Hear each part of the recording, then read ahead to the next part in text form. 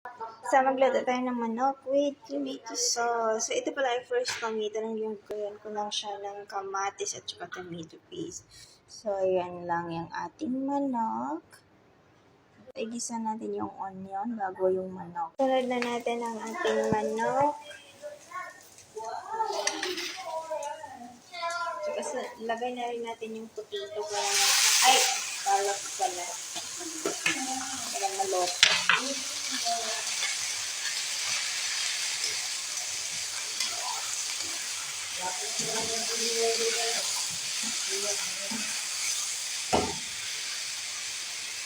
And then, ilagay na natin yung tomato sauce.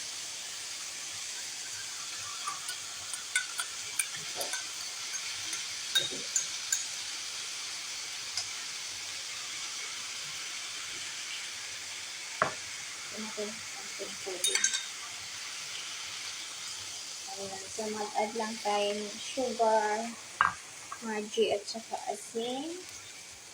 And then, black pepper.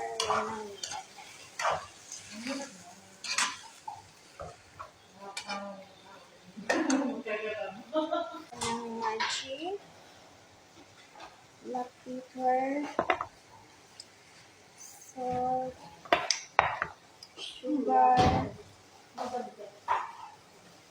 Yan, para masarap. At saka lagyan natin ng tubig. Ayan. Ayan natin siyang maluto. Mag-add tayo ng curry powder. Ayan, madamihan natin para masarap.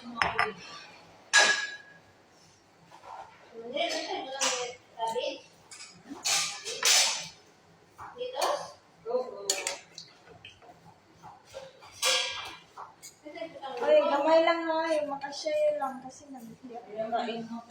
Nag-grabla ako. So, mag-add pala ako ng dry.